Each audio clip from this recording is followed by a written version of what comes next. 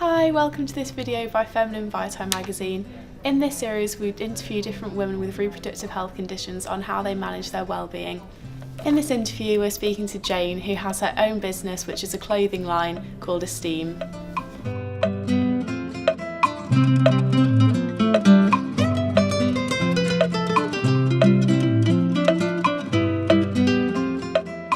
Okay, so if you want to just start off by giving us a quick introduction of yourself so we can get to know you a bit better, your name, your age and your occupation. My name is Jane Hallam. I'm 52 years old and I have a 20-year-old daughter. I'm a widow, and for the last almost 4 years I've been running my own business. Prior to that I spent almost 30 years working in higher education, the majority of that as a senior manager within higher education. Okay, so have you been diagnosed with a reproductive health condition, and if so, how was the process of getting diagnosed? I'm currently peri-menopausal, which is going through menopause. Menopause actually only lasts one day when your periods stop for 12 months. But the run up to that perimenopause can last around somewhere between 5 and 10 years, between the ages of 45 to 55. Prior to that, I've always had problems with my periods, being very irregular, being very heavy. They stopped for a year as a teenager, but that also coincided with a period of anorexia.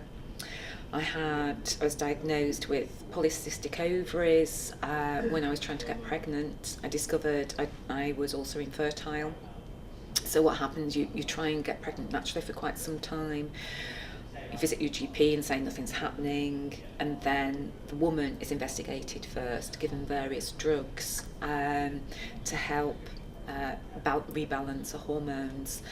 Then when that doesn't work, again naturally, the male involved is also investigated. So what we had was I was infertile, primarily due to my polycystic ovaries and my hormone levels, and my husband also had a very low sperm count but very immobile sperm as well.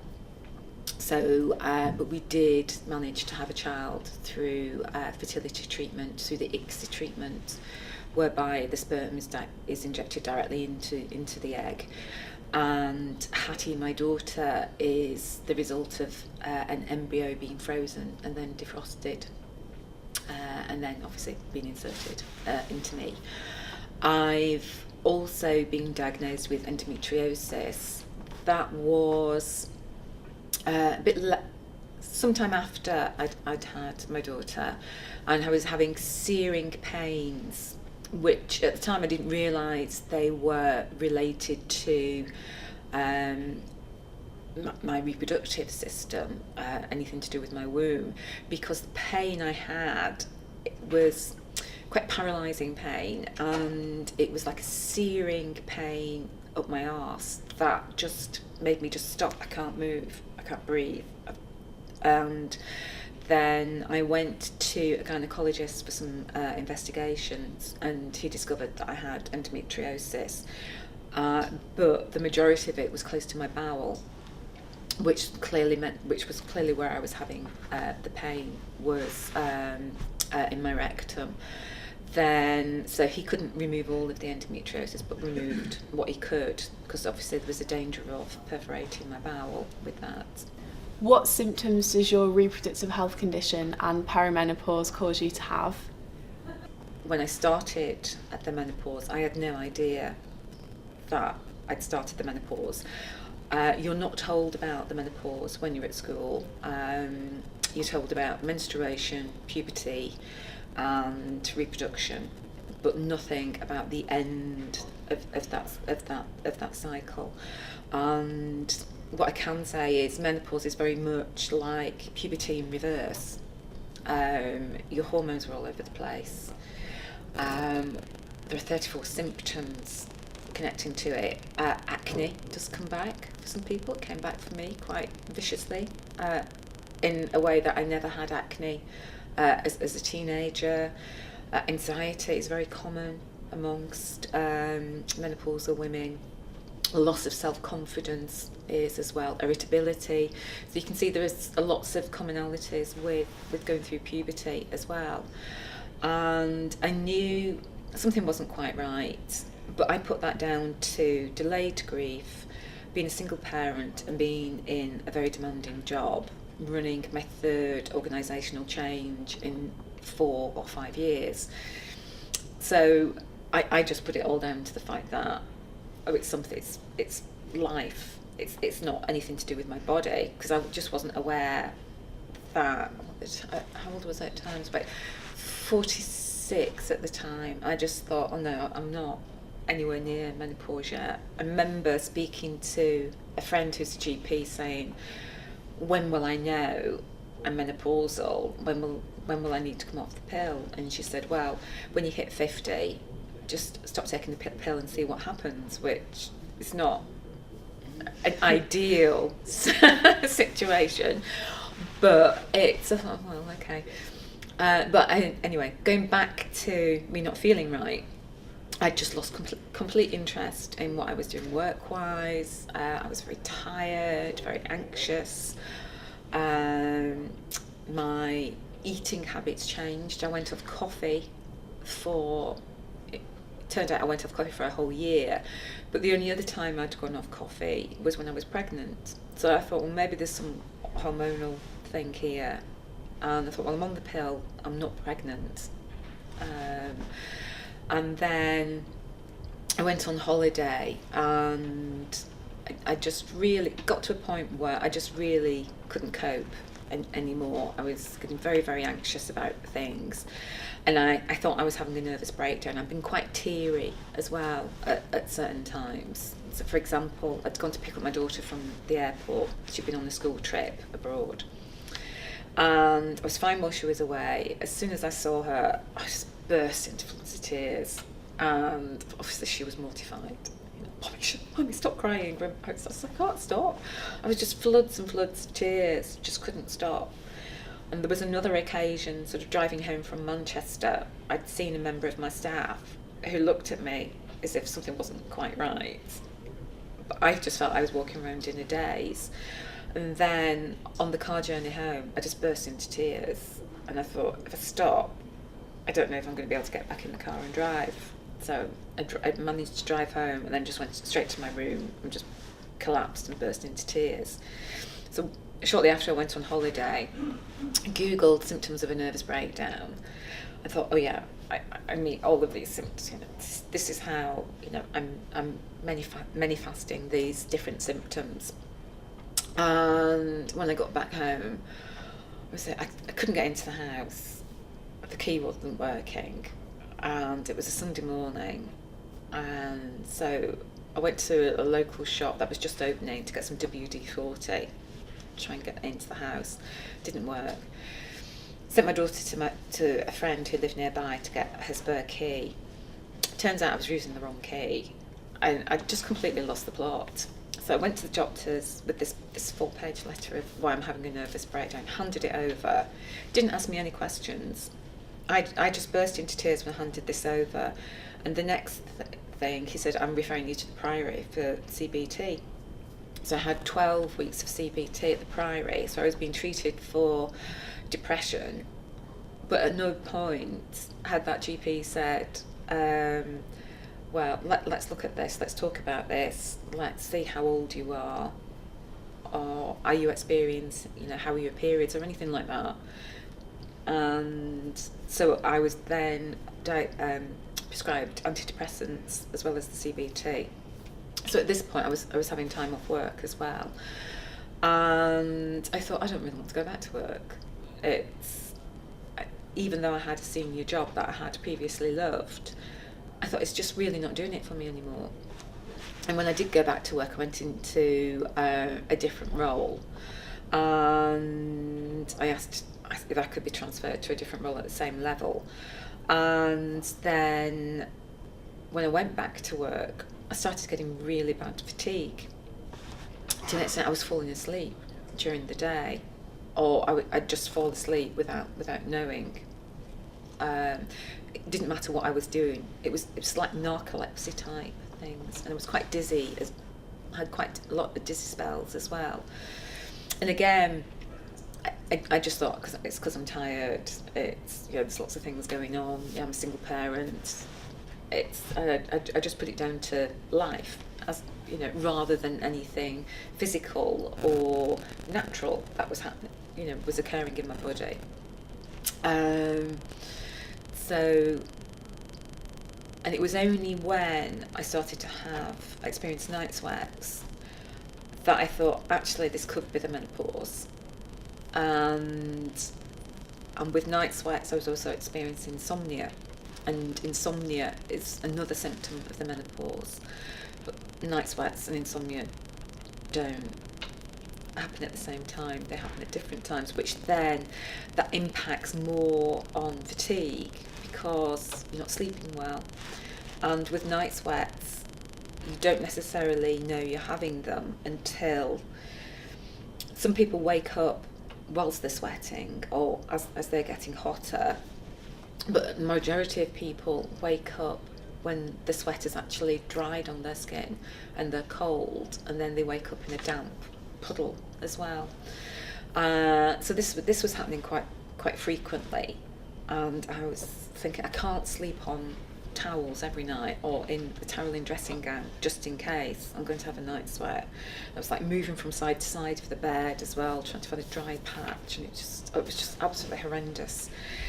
So in one of my periods of insomnia, I googled menopausal clothing.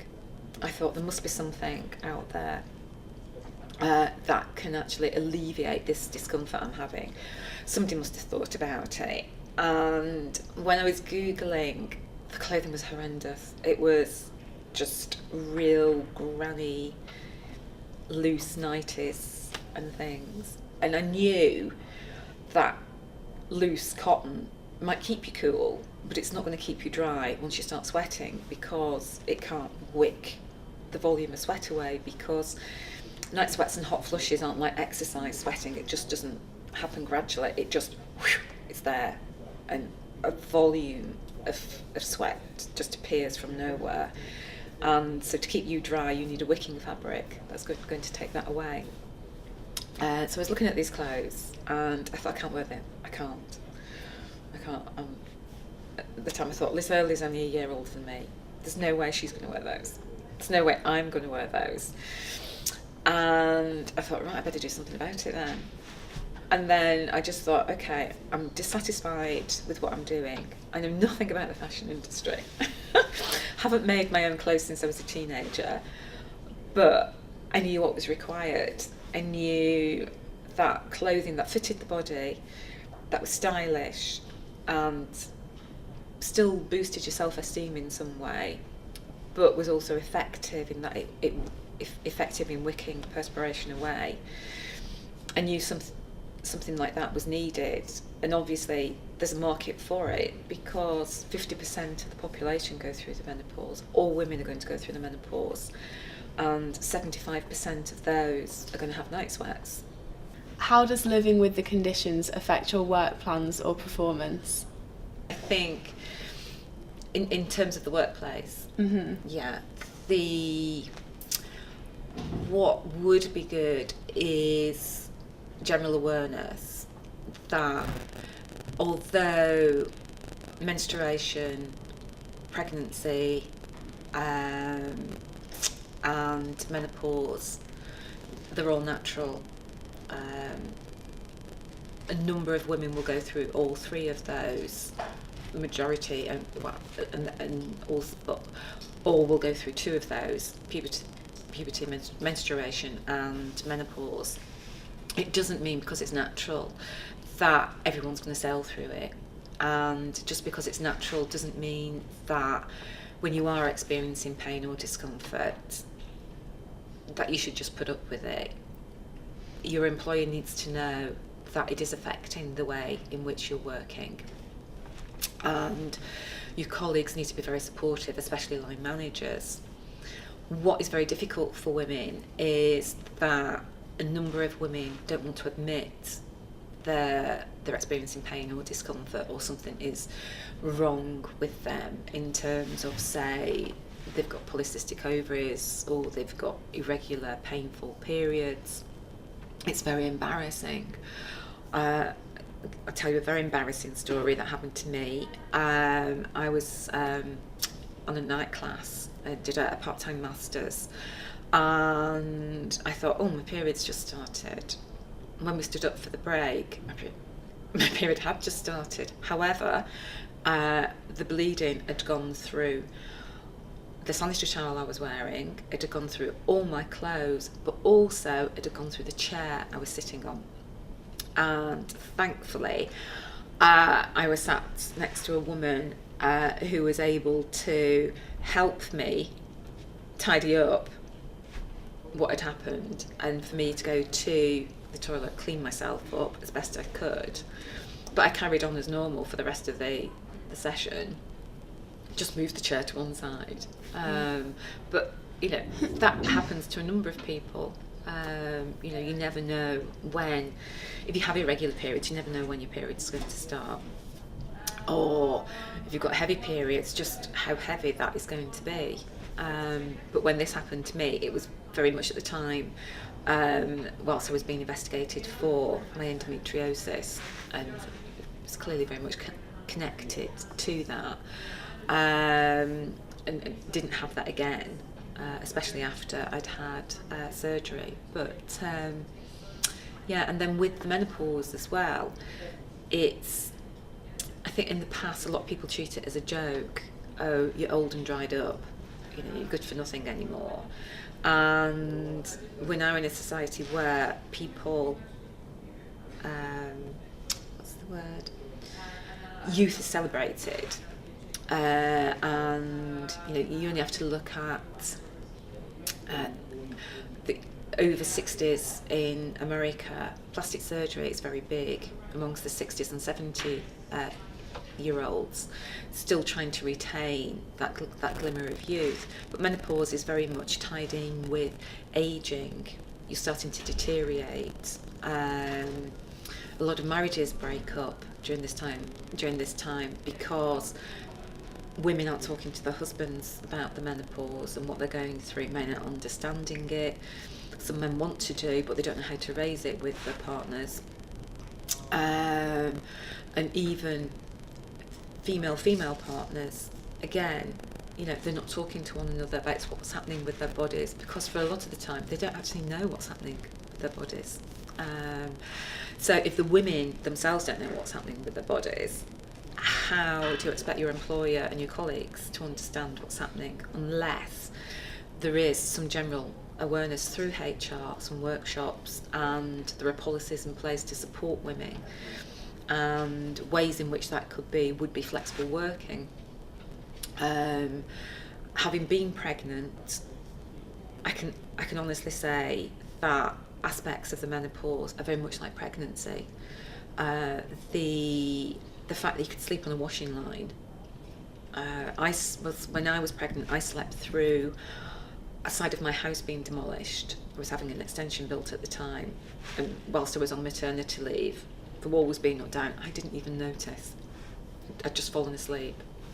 And so when you are pregnant, you know, you get intense fatigue, which you can get during the menopause as well, because it's all very hormone driven. Irritability, your diet changes as well. I went from being a vegetarian for over 20 years to then starting craving baked salmon, which before I was a vegetarian I never ate, but I suddenly started craving it.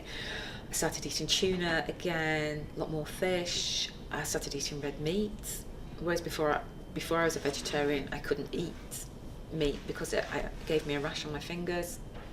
Not now.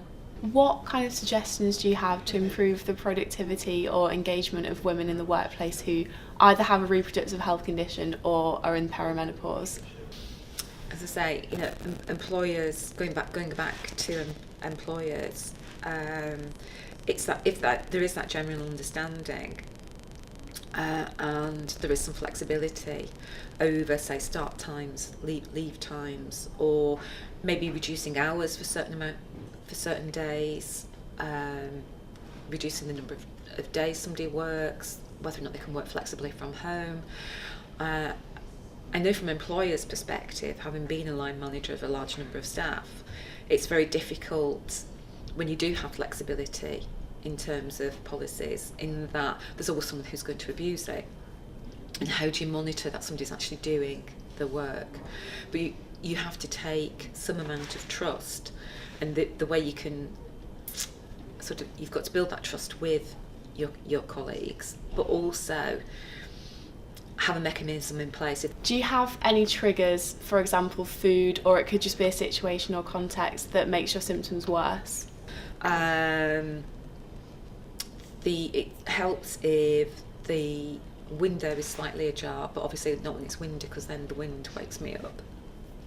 But what I do tend to do is I like to have a hot bath at night, and that helps relax me and helps me sleep. Oh, right, okay. What nutritional or lifestyle suggestions do you have that help ease your symptoms? Diet and exercise are core to what I do to help relieve my symptoms. So I have a diet that's very high in protein, lots of greens, lots of fibre. I eat fresh food as much as possible, and I make my own granola. I always have breakfast every day. It's usually fruit and Greek yogurt with some granola, or it's brown toast and marmalade or honey. Full fat everything. I'm a very much believer in eating things that are natural. Lots of greens. Greens contain estrogen, and lack of estrogen is something that I need to address as a menopausal woman. So the more I can boost my estrogen naturally, the better for me. Okay, so you've mentioned some of the steps that you take to help yourself. Where do you get your support from? This can either be online or in person through family or friends. I wouldn't say I get that much support from family. My mother is very much this natural get on with it kind of person. My sister, she has been to various workshops that I've led, but she's not menopausal yet, so she says, well, it doesn't affect me, but she is supportive in what I do, and she has helped me create some banners and put me in touch with people. What I have discovered since I've started my business is that there's a number of other women like me, similar age, who have had very senior positions in the workplace, and they've left their role because of the menopause, because they thought, again, like me, something's wrong, I don't know what it is, I've lost all enthusiasm for what I'm doing, can't do this anymore, don't want to do this anymore. But what they've done, now they know they're menopausal, is set up their own businesses supporting other people who are going through the menopause. Mm-hmm. Yeah, we've definitely met a lot of women like that when we've been doing this series. A lot of them seem to have had really like senior positions, and then eventually have moved into their own business and sort of use their own experiences to build a business from that. Is there any advice you'd give to other people with a reproductive health condition or who are going through perimenopause? What I would say is know your body, and anything that's abnormal for you, just go to your GP straight away and talk to your GP and be very open about what's happening to you, why you think it's abnormal, why you think it needs further investigation. But don't feel that you can just be fobbed off, and if you're not happy with the answer you get, go and see somebody else. Okay, be proactive. Be very proactive, Okay. But then again, I'm coming from that group of women who've said, sod it, I'm going off and doing my thing, helping others. There's another, the women who haven't got that same self-confidence, they just tend to leave their roles or move from role to role. Mm-hmm. Thank you for watching this interview by Feminine Vitae magazine. If you'd like to find out more about the different reproductive health conditions and how different women manage their symptoms, please visit femininevitae.co.uk. Thanks for watching.